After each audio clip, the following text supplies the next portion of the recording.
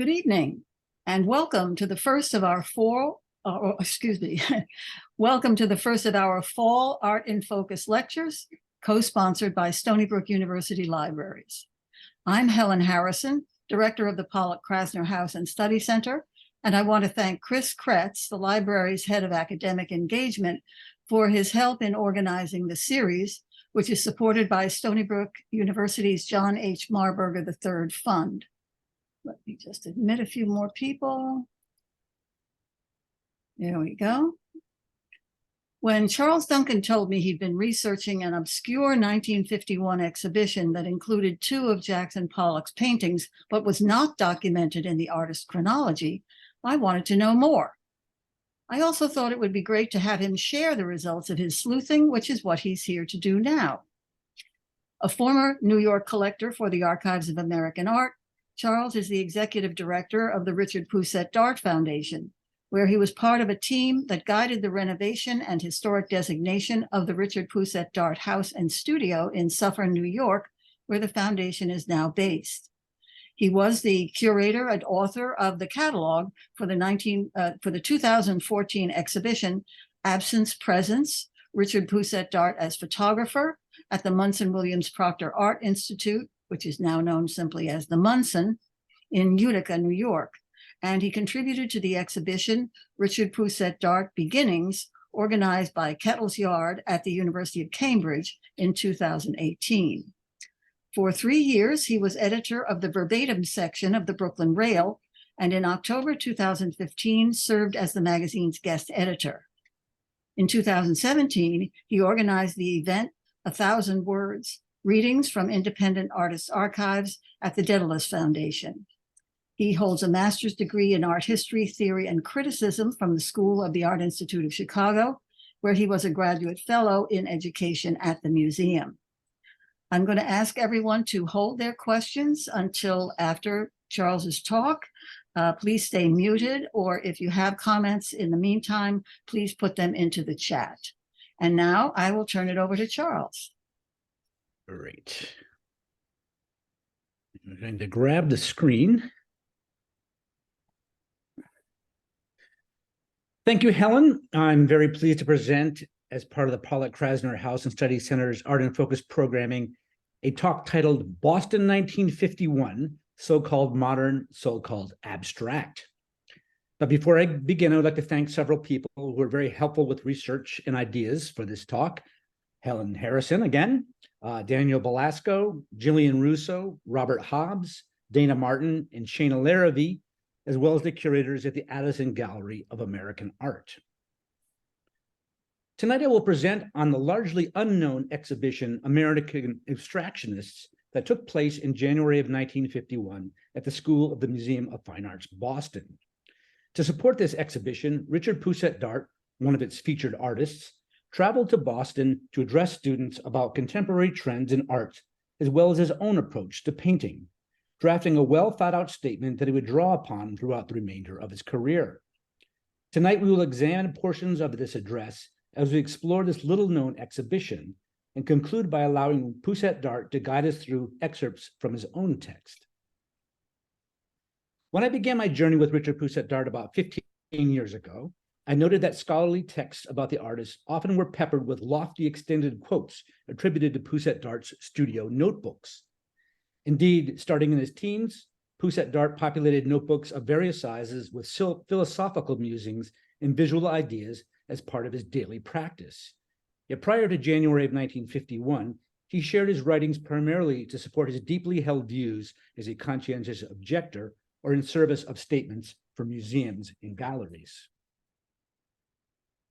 Raised within a culturally informed household, Pousette-Dart was intimately familiar with the progressive views of his father, Nathaniel, who was active as an art writer and publisher from the 1920s through the 1950s. His own approach to writing, however, was more strongly indebted to his mother, Flora's, avocation as a poet, and Richard's texts are characteristically delivered in a passionately emotive, transcendentalist voice, in contrast to the strategic, analytic tracks of his colleagues of the late 1940s, most notably Robert Motherwell, Adolph Gottlieb, Ad Reinhardt, and Barnett Newman. In 2018, Pousette-Dart's archive was processed, revealing documentation pertaining to an exhibition at the School of the Museum of Fine Arts, including multiple drafts of writing and an 8-page typed text simply annotated Boston, January 1951. I immediately recognized within this text statements publicly recited by Pousette-Dart, including at a reading of his poetry at MoMA in 1978. A letter within the archive dated January 5th, 1951, from Joseph Gropper, chairman and exhibition committee at the school, invites Pousette-Dart to Boston to speak in the galleries during the run of the exhibition, noting, quote, "This show of advanced abstract painters will afford an opportunity for many Bostonians to see these dynamic original paintings, which are rarely seen in this area, but for small reproductions found in magazines. I believe an event of this type will stimulate not only the students of this school, but many of the visitors to our gallery," end quote.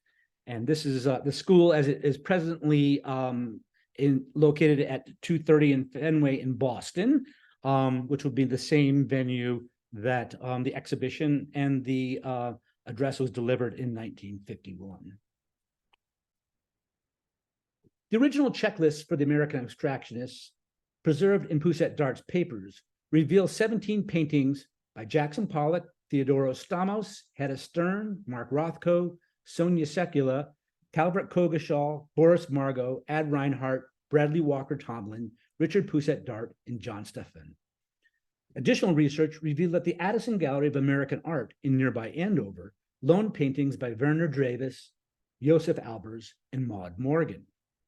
Intrigued by these discoveries, I reached out to colleagues experts in the legacy of Pollock, Rothko, Sterne, Tomlin, and Reinhardt, only to learn the Boston exhibition was generally not accounted for in the historical record.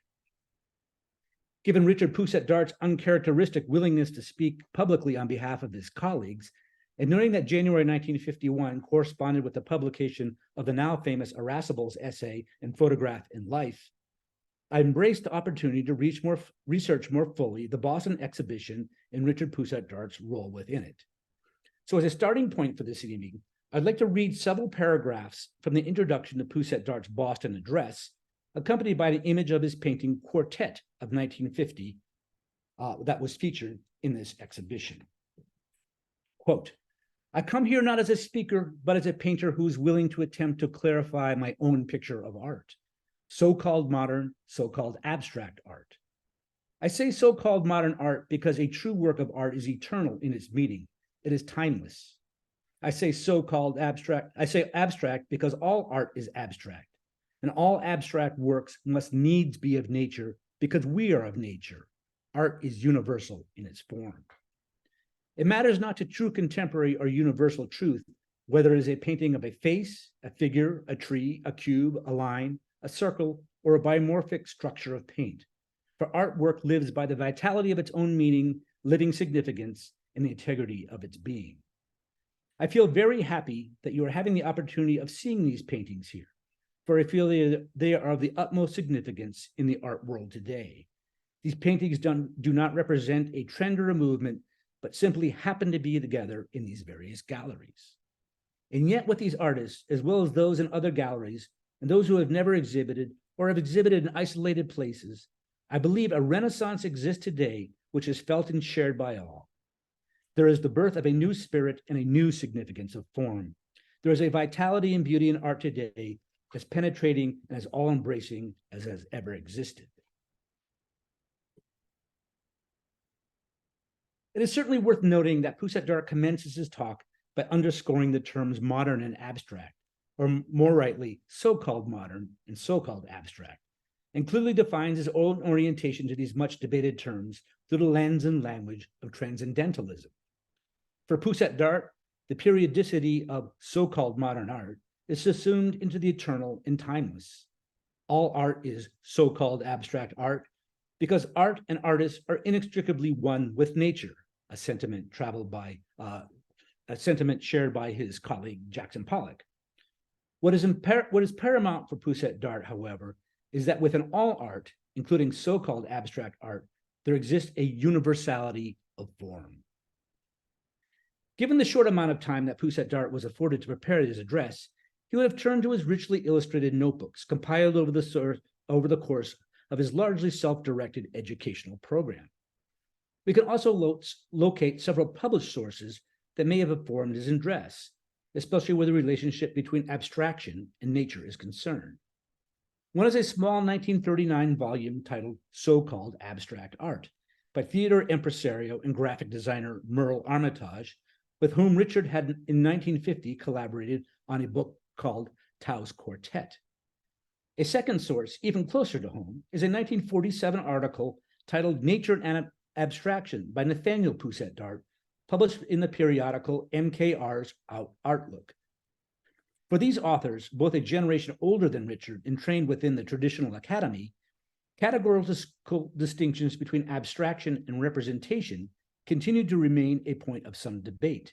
In their view, abstraction, even in its most psychological forms, was never fully detached from the sources of the natural world. Thus, Nathaniel Pousette-Dart forwards, quote, "It is a mistake to think of the word abstraction as indicating something apart from nature or fundamentally different from it. Objectively, the artist must be inspired by actual objects seen in nature, such as men, animals, and landscapes," echoing Richard. From his subconscious, he may draw upon a wealth of remembered material which he has accumulated since childhood. As all abstraction has its basis in nature, it would seem logical that to study it first would be the right procedure. Creation, as we all know, emerges from the subconscious and is emotional and mysterious. Perhaps the most important source for Pousette-Dart's Boston address was his enduring fascination with the English art critic Clive Bell's theory of significant form. Significant form, as described in Bell's books Art of 1914 and Saint Cézanne of 1922, asserted that purely formal relationships and combinations of lines and colors are the most important elements in works of art, and that aesthetic emotion is aroused in the viewer through the apprehension of significant form, rather than from a reading of subject matter. Deeply influenced by this text, Pousette-Dart crafted hand-sized brass sculptures that formed a lexicon of geometric and organic shapes they would draw upon within his painted compositions, and he proposed writing a volume on them called The Spirit of Forms. Frequently citing the term significant form, for which Pousette-Dart held non-specific sacred overtones, he was drawn toward the modes of abstraction that celebrated this aesthetic language of timeless universals. His excitement is palpable as he addresses the students in the Boston exhibition about contemporary artworks imbued with these qualities. Quote, "There is the birth of a new spirit and a new significance of form. There is a vitality and beauty in art today as penetrating and as all-embracing as has ever existed," end quote. As we'll hear at the end of this presentation, Pousette-Dart positioned his own art and art making within such an ecstatic conversation about the timelessness of form. Returning to the term so-called modern and how it may have been understood by students at the museum school in January 1951, it is essential to consider events set into motion 2 years earlier by the nearby Institute of Contemporary Art that popularly became known as the Boston Affair. In February of 1948, the Boston Institute of Modern Art, which had been established in 1936 as a branch of the Museum of Modern Art of New York, took a stance by changing its name to the Institute of Contemporary Art. They would, in fact, be the first contemporary art museum or gallery. This one-word change sparked, not only in Boston, but in New York and other cities, a critical upheaval that rattled the American art world for several years. To introduce the name change, the Institute distributed copies of a manifesto titled Modern Art and the American Public, penned by James S. Plout, its director. The manifesto opened by recounting the achievements of American art since the Armory Show, which had traveled to Boston, positively lauding the progression of American modernism relative to the School of Paris. However, the tract then changed course, stating that, quote, "Modern art failed to speak clearly. Instead, the characteristics of a few inspired innovators were so distorted by others less competent and their real contributions so debased that there emerged a general cult of bewilderment. This cult rested on the hazardous foundations of obscurity and negation and utilized a private, often secret language which required the aid of an interpreter. Once the gap between the artist and public was widened sufficiently, it became an attractive playground for double talk, opportunism, and chicanery at the public expense. In the last analysis, an innocent phrase, modern art, denoting simply the art of our times, came to signify for millions something unintelligible, even meaningless. An initial response to the manifesto, end quote. An initial response to the manifesto by critic Aileen Laukheim of the New York Times noted, quote, "It would seem that one fight is won. Yesterday's advance guard in painting has been driven back. For non-objectivists, objectivists and surrealists are now waging a defensive warfare from the questionable vantage points of a few specialized galleries, a couple of English and American little magazines, and one major museum." Clear targets were the perceived elitism of journals like the Partisan Review, the Tiger's Eye, and Horizon, and the Museum of Modern Art and Alfred Barr's outsized role in the modernist agenda. American artists prominent in the public eye, whose abstract compositions displayed an ostensible connection to European surrealism, were vilified as members of this cult of bewilderment. Extremists responsible for sullying the larger modernist enterprise, which the Institute strangely remained in favor of. The Betty Parsons Gallery would have been at the epicenter of this storm. A large contingent of artists, however, including those working in Boston, viewed the name change as an attack on basic principles.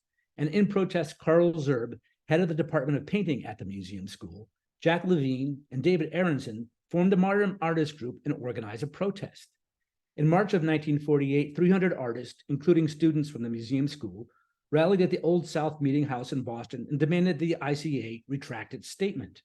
2 months later, a group of New York artists, headed by the painter Paul Berlin, staged a similar well-publicized protest at the Museum of Modern Art that Jackson Pollock is known to have attended. While the Boston affair is worthy of a detailed art in focus talk of its own, for the present discussion, as this debate over the term modern played out, the most advanced artists, to use Adolf Gottlieb's term, became political fodder, especially for conservative members of Congress concerned with fighting anything they could vaguely tie to communism at home. Even President Truman opined, quote, "I don't pretend to be an artist or a judge of art, but I'm of the opinion that so-called modern art is merely the vaporings of half-baked lazy people. An artistic production is one which shows infinite ability for taking pains. And if any of these so-called modern paintings show any such infinite ability, I am very much mistaken," end quote. In an eventual show of solidarity against the negative headwinds, in May of 1950, the ICA issued a joint statement with the Museum of Modern Art and the Whitney Museum of American Art, affirming the value of modern and abstract art. Importantly for Boston, the affair marked a schism that moved it along to a path towards artistic independence. Thus, when the young Joseph Gropper, a 25-year-old painter at the Museum School in Boston, organized American Abstractionists less than a year later, he would have been keenly aware of the sensitivities attached to so-called modern art, as would have Richard Pousette-Dart, who forwarded in his Boston address, quote, "The artist must be aware of all schools, isms, creeds, or entanglements which would tend to make him other than himself. He must stand alone, free and open in all directions for exits and entrances, and yet with all freedom, he must be solid and real in the substance of his form," end quote. Today, I've not located contemporary critical responses to the exhibition. In fact, the only historical account of the show is a simple mention in the Museum School's annual report for the year 1951. Given Richard Pousette-Dart's direct participation and that no clippings are in his well-preserved archive, I strongly suspect that it largely did not enter the public record. In order to bring the exhibition into better focus, we will then have to pursue a different set of questions. But let us first have a look at examples of the works shown in Boston, offered here in the order that artists named appear in the Parsons and Addison checklists. Since the titles of many of the paintings have changed, we can presently confirm only 10 of the 20 included paintings. In the walkthrough that follows, the titles of known paintings will be highlighted in red.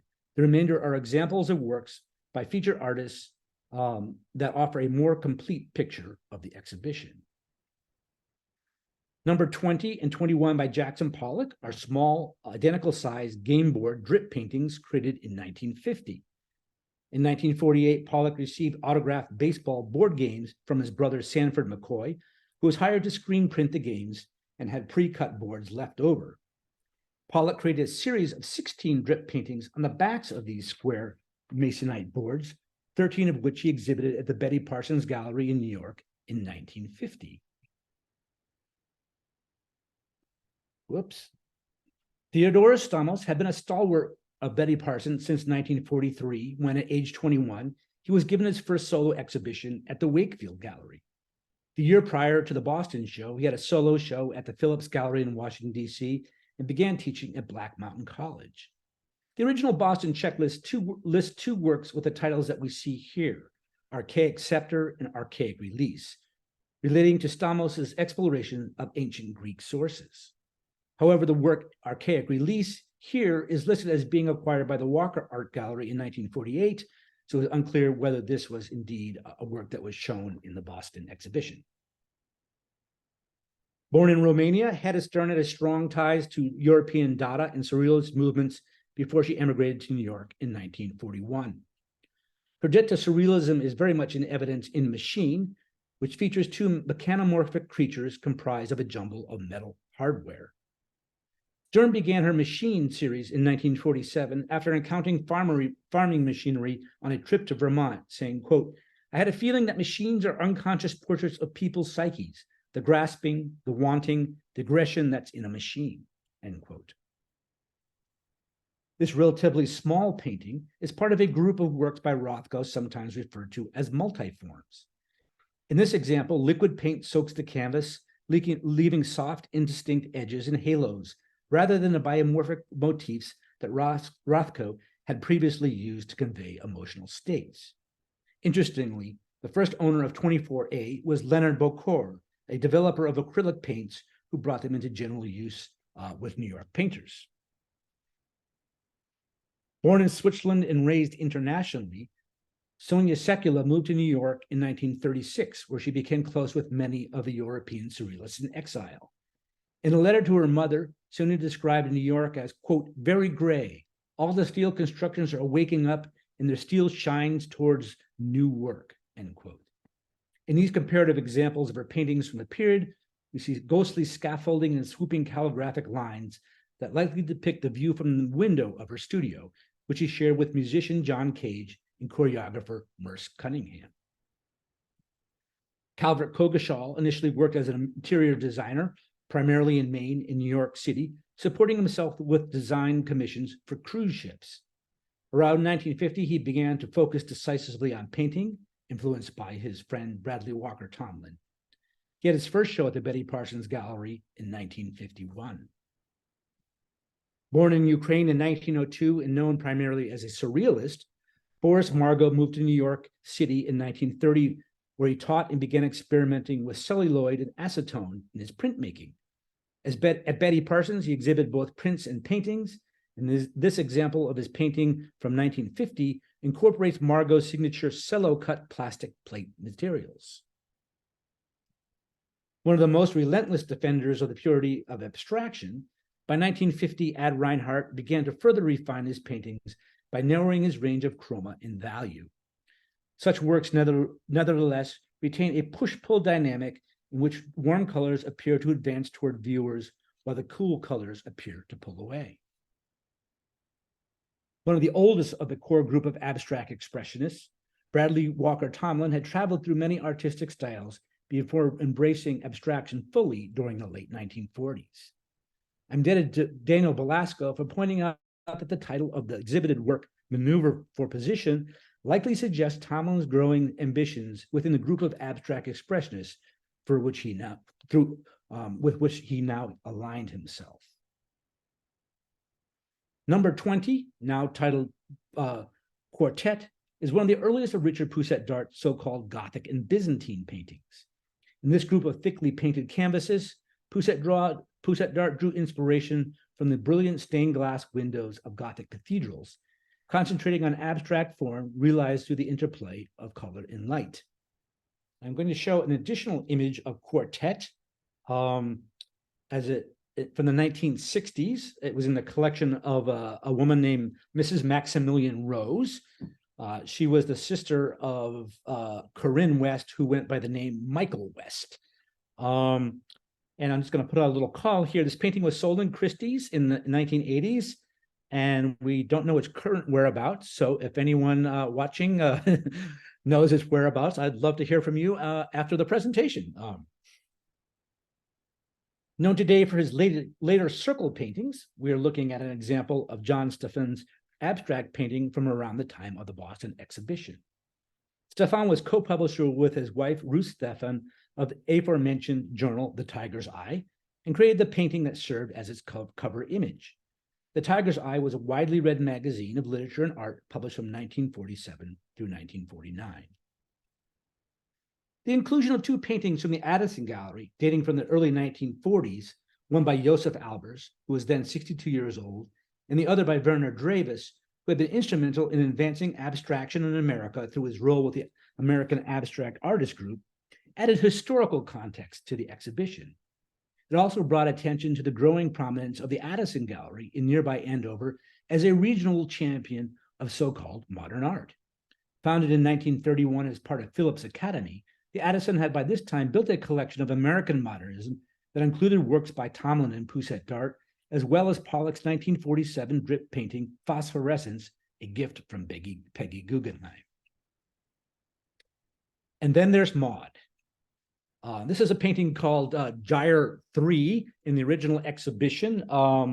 The work was called Gyre 1, that may have been loaned from her personally, but this really interesting painting is in the Addison's collections today.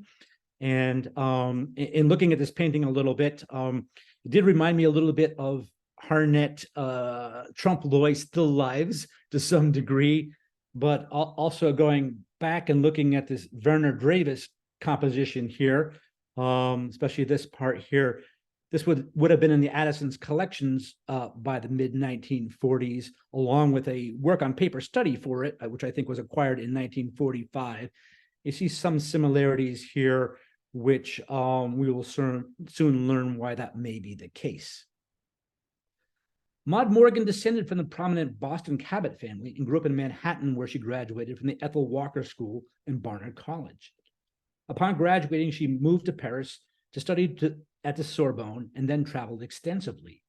As her autobiography would have it, she became friendly with James Joyce, Ernest Hemingway, and Alexander Calder, met Mahatma Gandhi, and, quote, went hunting on an elephant with an aged Maharaja, end quote.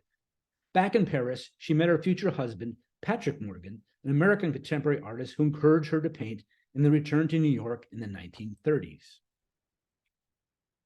Oops. Fascinatingly, Morgan's first show, primarily of still lifes, was held in 1938 at the Julian Levy Gallery, one of the prime American venues for European surrealism, and both the Metropolitan and Whitney acquired paintings from the show. However, just as her career was taking off, she somewhat unhappily relocated with her husband to Andover, Massachusetts, where he had been awarded a teaching position at the Phillips Academy, home of the present-day Addison Gallery. In Andover, she taught at the nearby Abbott Academy, and by the mid-1940s began to explore abstraction. In November of 1948, she had her only solo show at the Betty Parsons Gallery, followed by one at the Margaret Brown Gallery in Boston in 1950. In January of 1951, we may assume that students in Boston attuned to so-called modern art would have been familiar with the work of Pollock due to the 1949 Life magazine article, Jackson Pollock, Is He the Greatest Living Painter in the United States? By the time Pousette-Dart delivered his address on either January 19th or 26th, 6 additional artists in the American Abstractionist exhibition would be nationally known via the Irascibles profile, published in Life on January 15th. As Joseph Gropper had wished, Bostonians had firsthand access to works by the most advanced artists from within the New York City axis, with Morgan as a local contributor. A constructive question, then, is how artists in the exhibition would have been known to Richard Pousette-Dart, who acted as their spokesperson. Pousette-Dart was formerly connected to 6 of the painters, including Tomlin, through the well-known gatherings at Studio 35 and eventual protest of the Metropolitan that yielded the Irascibles.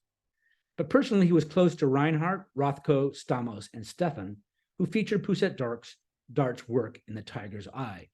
And on the left here, you're seeing 4 photographs. These are all taken by Richard Pousette-Dart. They're double exposure photographs taken probably between 1948 and 1951. Clockwise, we have from the left, we have Theodoros Stamos, Mark Rothko, John Stefan, and then there's Betty Parsons herself. In the fall of 1948, Pousette-Dart's exhibition Brasses and Photographs at Parsons overlapped with those of Sterne and Morgan. And Pousette-Dart and Pollock most likely interacted by the mid-1940s through their mutual friend, John Graham. Pollock noted Pousette-Dart's work in a 1945 letter to his West Coast friends, Louis Bunce. Pousette-Dart, like many artists in the Parsons stable, had prior shows at Peggy Guggenheim's Art of the Century. Sterne and Sekula had both been featured in the 1943 exhibition 31 Women Artists that also included work by Guggenheim's daughter Pegeen, the subject of an abstract portrait by Pousette-Dart painted that year.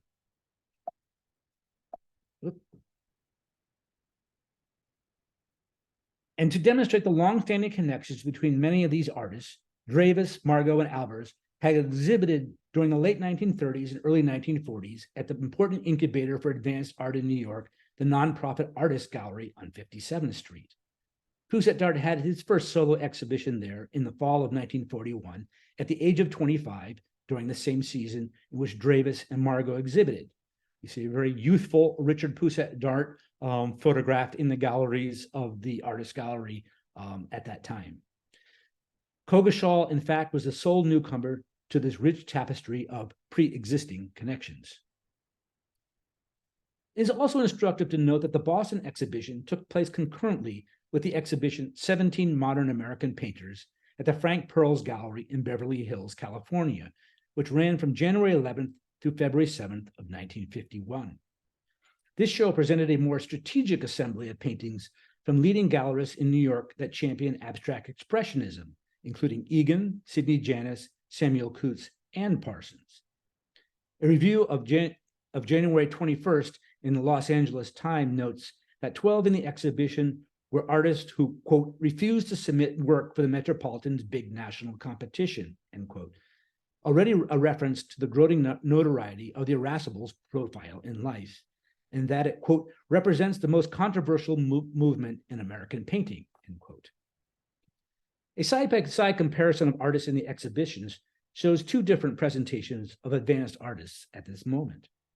While the Pearl Show shared 7 of the painters in the Boston show, it was very much an opportunity to present through a gallery format the output of key artists at the center of intellectual debates at the 8th Street Artists Club in New York and its later closed sessions known as Studio 35. Robert Motherwell, a moderator for these sessions, contributed an essay to the Pearls exhibition titled The New York School, in which the term New York School indicated, quote, an aspect of the culture of modern painting, end quote, rather than a defined group of participants. While Motherwell's text voices language similar to Pousette-Dart's regarding nature and abstraction, his overall approach was perceived by some artists, especially Clifford Still, as attempting to collectivize the vanguard artist. Such an approach would have also been at odds with the highly individualistic stance that Pousette-Dart underscored within his Boston address. And this is Richard Pousette-Dart speaking, quote, these artists do not wish to be labeled, nor should they be, for their true relationship is extremely separate, and they relate to one another only as all things do in the universe. Each is a unique personality coming to grips with universal creative problems and energy in his or her own way, end quote. Unsurprisingly, the 7 artists represented in both the Pearls and Boston exhibitions were drawn from the Irascibles group, and within 17 of modern American painters, Hedda Sterne again appeared as the sole female, mirroring her portrayal in life amidst a sea of male counterparts who, not incidentally, had been instructed by Barnett Newman to dress as if they were bankers. We may therefore wish to consider Richard Pousette-Dart's invitation to speak at the museum school through an additional lens. By the end of 1950, he was recognized as a leading artist. He had successfully exhibited for 10 years. MoMA had recently purchased one of his paintings. Temperamentally, however, he was disinterested in art world hierarchies and political maneuverings. He usually entered and exited discussions via spiritually oriented right angles. So in Parsons' view, he may have been a speaker who could address the spirit and substance of the exhibition through a unique yet egalitarian voice. Moreover, Richard Pousette-Dart maintained a progressive outlook. His parents in 1913 had hyphenated their last names at marriage in a, quote, sign of mutual esteem. His mother had been a suffragette. Richard's previous wife, Lydia Modi, was a painter who had also exhibited at the Artist Gallery during the early 1940s. He was a vegetarian and pacifist, and he recognized Parsons as a fellow artist in addition to a role as a gallerist. These factors would have been essential when speaking on behalf of women artists in the exhibition, especially Sonia Sekula, pictured here on the left, who faced the triple challenges of being female, openly gay, and struggling with what most likely recurring schizophrenia. Pousette-Dart had personally supported Stamos' sexual orientation, as is evidenced by this beautiful photograph of about 1950, in which Pousette-Dart has brought together through superimposition Stamos and his partner, Robert Price. It may be assumed that he would also have been accommodating to Tomlin, who had strained his relationship with Motherwell by disclosing his homosexuality. This sensibility is evident in Pousette-Dart as he speaks about his fellow artists in Boston, quote, "And so with these painters, some who work primarily with washes and stains, some with trowel and knife, some with spillings and bleedings, some with pouring and splashing, and some with pasting and tearing, and some primarily with mind and idea. What does it matter? Each follows his own path to what most satisfies his inner need and imagination, and all are equally valid and significant in their different meanings of provocation and purpose," end quote. Perhaps most importantly for Pousette-Dart, the Boston opportunity afforded him the chance to step briefly into a mentorship position with developing artists, a role he embraced for the remainder of his career, including at Columbia, Sarah Lawrence College, and the Art Students League of New York. Uninterested in teaching techniques or methods, he placed importance upon, quote, "getting on the thread of one's own being," end quote, through an intuitive path, and thus the Boston Address allowed him a first opportunity to formalize his own language of instruction. From the Boston Address, he says, quote, "There is a genius in every one of us waiting to be born, to be awakened and liberated. Everyone needs to adventure to discover his own sensibility in his own form, to begin, no matter how poorly at first, to speak out of his own soul, to make a music of his own sounds, a poem of his own words, a painting of his lines, colors, and forms," end quote. As something of a postscript, I would like to return to Maud Morgan and her perhaps not so curious inclusion in the exhibition American Abstractionists. In April of 1951, less than 4 months after the Boston exhibition closed, Yale University Gallery staged The Painter's Departure, Current Trends as Reflected in the Paintings of Maud Morgan. The exhibition presented 12 works by Morgan, 9 of them loaned by the Betty Parsons Gallery. In a turn of events, Jackson Pollock, Richard Pousette-Dart, Mark Rothko, and Calvert Coggeshall, as well as Walter Merck, were now the supporting cast. One included work by Morgan that we can identify today is the large-scale triptych featured this past summer in the exhibition Women in Abstraction, 1741 to now at the Addison Gallery. Today, scholars likely be interested in Morgan's 1951 exhibition for a wide variety of reasons. But for this evening's conversation, I would like to simply forward the following. Parsons had always followed her own intuitions with the artists she represented. The Boston exhibition showcased both her acumen and the diversity of her artistic relationships. Yet by 1951, her giants, as she called them, Pollock, Rothko, Newman, and Still, were eager to establish a primary presence at her gallery. As she recalled to her biographer, Lee Hall, quote, "That wasn't my way. I needed a larger garden," end quote. As Parsons' commercial status continued to grow, however, she was savvy enough to position her widely lauded male artist in the spotlight as she simultaneously became more discreet in her personal and sometimes intimate relationships with women.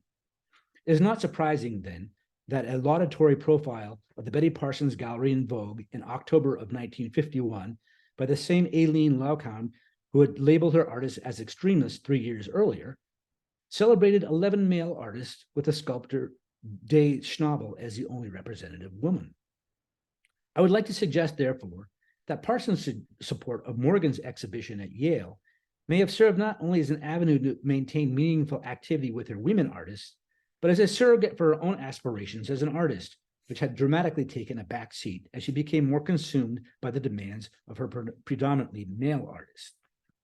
That she and Morgan had charted similar paths as women born into wealthy, prominent New York families, expanding their worldviews in Paris during the 1920s before returning to New York to pursue artistic careers, no doubt bound them as kindred spirits. Thus elevating Maud Morgan through a featured show at Yale and supporting this exhibition by lending works by America's most prominent artists then at her fingertips may have served equally as an act of fulfillment for Parsons as it did for Morgan. After the Yale show, Maud Morgan largely returned to her role in Andover as an educator, later moving to Cambridge, where she exhibited locally and became an inspiration for younger female artists. Maud and Betty would, however, collaborate again for a joint show of their own work at Barnard College in the 1970s. Parsons continued as a leading gallerist for several more decades into her death in the 1980s. Richard Pousette-Dart would stage a total of 16 solo exhibitions at the Betty Parsons Gallery over the course of his career, including the groundbreaking show Predominantly White that opened 6 months after the Boston exhibition. And what I'm going to do to close is play a clip of Richard Pousette-Dart reading text from his Boston address. This was recorded at MoMA in 1978, and I'm going to do a little slideshow while we listen to Richard speak in his own words. Art for me is the heavens forever opening up like asymmetrical, unpredictable, spontaneous kaleidoscopes. It is magic, it is joy, it is gardens of surprise and miracle. It is energy, impulse. It is question and answer.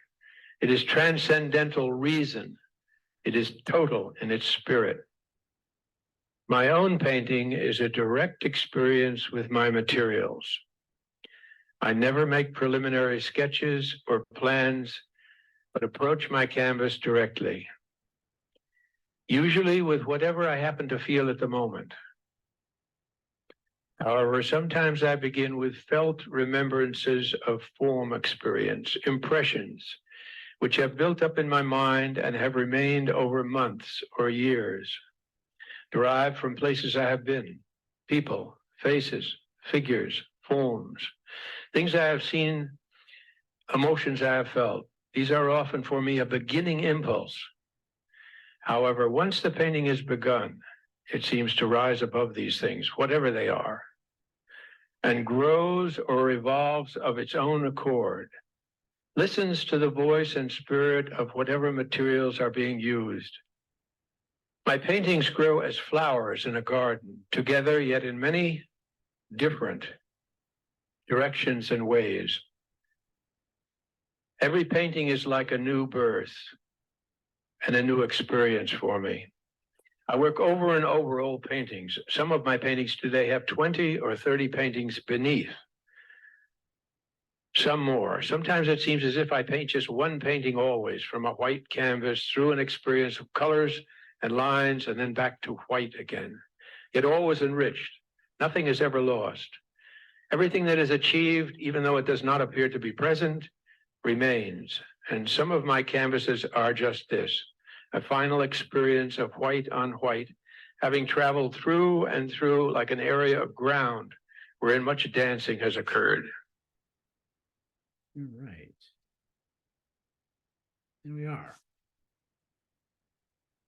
And do you want to take it, Mac? I love that statement, a ground where much dancing has occurred.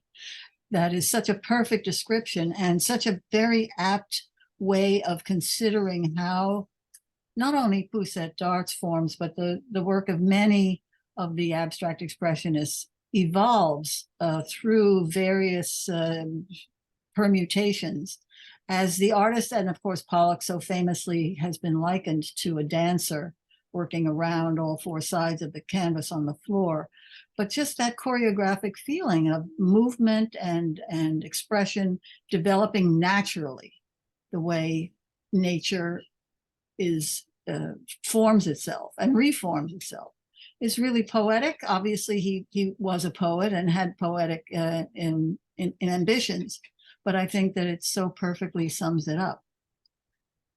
So does anyone else have any questions or comments? Because I don't see anything in the chat, but if you would like to unmute yourselves, please feel free to do so.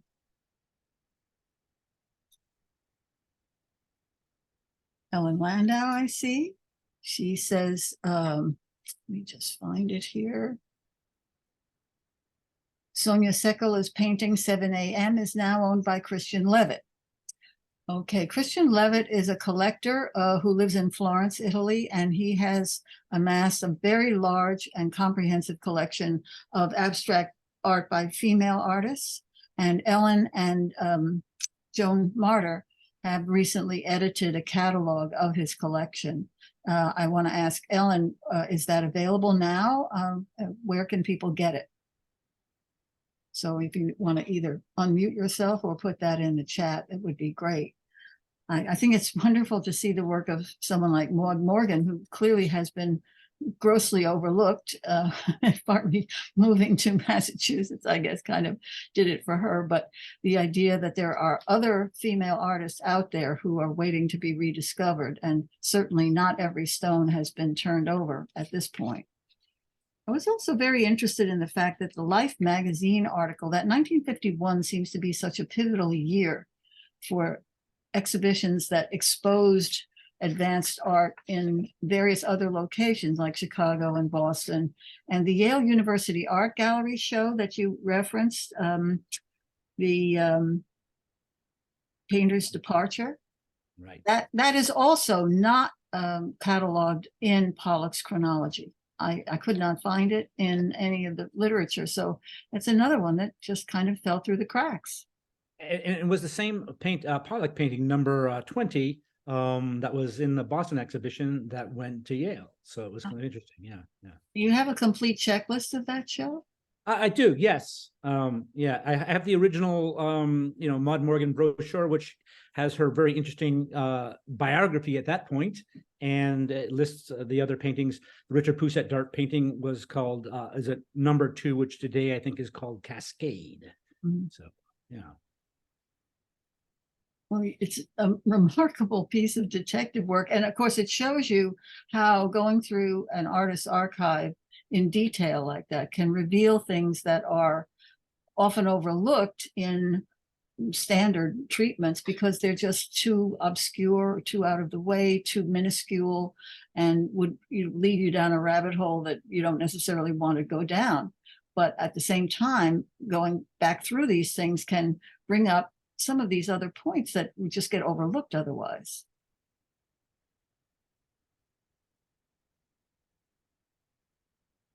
Do we have any other comments? Oh, yes. Okay. Oh, Ellen. Yeah. Thank you, Ellen. Abstract Expressionists, The Women, published in January 2023 by Merrill in London, co-written by Ellen and Joan Martyr. Buy it on Amazon and is available in some museum stores like the Getty. Well, that is wonderful to know. And I think that I know that we have a copy in our study center library, and I think it's going to be essential reading for anyone who's interested in learning more about the diversity of this period. So if we have no other questions or comments, I will. I see here in the meeting chat a couple of them. Oh, you do? Oh, okay. I'm missing that. It must have just come to me. First of all, Phyllis, who organized the exhibition. It's interesting, we're only our documentation of this exhibition is a total of something like 3 letters and 1 checklist, and a brief mention. And we did find the exhibition, announcement card in Betty Parsons' papers. So we don't know how it came about. In the letter from Joseph Gropper, who's from the museum school to Parsons, he does mention that he has selected the works. This is the list of works that I have selected. But we don't know how this came about, whether he had visited New York, to try to bring things. He was on the exhibition committee. So these were exhibitions to enrich students. Quite a number of things there, but we don't know any more about it than that. And then what his connection to the Addison would have been at that point. But I imagine that he was the organizing force behind it. Well, I would imagine that an art school, that students would be interested in what was going on in New York, and particularly since there was the Life magazine article coming out around the same time, that would have added the impetus to it. But I see Right. here's a last question from Pamela Seymour Smith-Sharp. Thank you for this presentation, Charles. Can you please say more about Richard Pousette-Dart and American Transcendentalism versus European Surrealism? Oh, that's an easy one, of course. I would say that, one of the ways that we look at Richard's writing and his sources, we did an exhibition at Kettle's Yard in Cambridge, UK, and there's a catalog for that has a really terrific essay written by Lucy Kent. And what she did, she spent a lot of time looking at Richard's notebooks and trying to sort of identify some of the sources for his quote unquote spiritual orientation. And it really, you have to go back to the fact that Richard's mother and father were so well informed and interested in so many things. And it comes out of, partly American transcendentalism. If I you'll see all these books behind here. There's Emerson. These are all books here at the foundation owned by Richard's parents. Emerson and Thoreau would have been well read. But she also points out that, the beginning part of the 20th century, end of the 19th century, 20th century, people are looking for alternative forms of religion. So things like Christian Science and anthroposophy and so on are sort of alternate routes for people to have religious experiences. And Richard's mother, Flora, would have been very interested in that, probably more so than her father, who was more practical.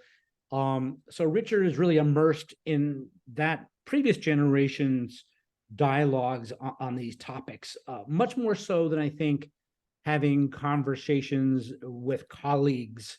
Richard is younger than most of the other abstract expressionists, other than Stamos. He's 10 years younger than Rothko and people. So he's sort of having a different conversation, but also the fact that he was so well, homeschooled in art, growing up in an art-rich environment. I mean, he and his father were pictured in the New York Times when he was 12 years old, painting each other's portraits. So he grows up in the midst of this. But when it comes down to transcendentalism, I think much of that language would have been learned through his mother. And European surrealism, I think, is something that his father would have been interested in. His father published art magazines in the 1930s, but it would come from the perspective of someone who had been trained in a very traditional academic school, the Pennsylvania Academy, and more sort of reportage on the trends in his magazines than a participation in them. So that's the best way I can More answer that. spirituality than religious, in other words, or Well, surrealism, yeah. I think that, it's interesting. I think Richard work of the 1940s, plays right into the aleatory and those, but I don't think he was a hardcore reader as a young man of European surrealist texts and things. So, yeah. Oh, here's another note from Ellen. Very interesting. Michael West's copious notes on art in the archives of the Hollis Taggart Gallery includes extensive commentary about her artistic relationship with Pousette-Dart. And West's sister apparently owned a number of works by Pousette-Dart, according to West's notes. Yes, yeah, and Richard photographed her, her in the 40s and was friends, and I think they exchanged some poetry as well. So, Yeah, she was a poet as well. Yeah. We did a show at the Pollock Krasner House many years ago of painting and poetry by Michael West. Yeah. Well, I'm absolutely delighted to have had you present this to us. I know that you have this is a work in progress. So you are looking for, particularly for Finding Quartet, but for other things that relate to this, that anyone who has any information should really get in touch with you. And I hope you'll all come back next week, because we will have on Tuesday, October 24th at 6 p.m., Professor Philip Eliasoff of Fairfield University will discuss the trenchant anti-Nazi satires of Arthur Szyk, whose remarkable illustrations are currently on view at the university's art museum. You really have to see them to believe them. So I hope we will see you all then. Thank you and good evening, everyone. Thanks. Thank you, Helen. Thank you, Helen. Thank you, Charles.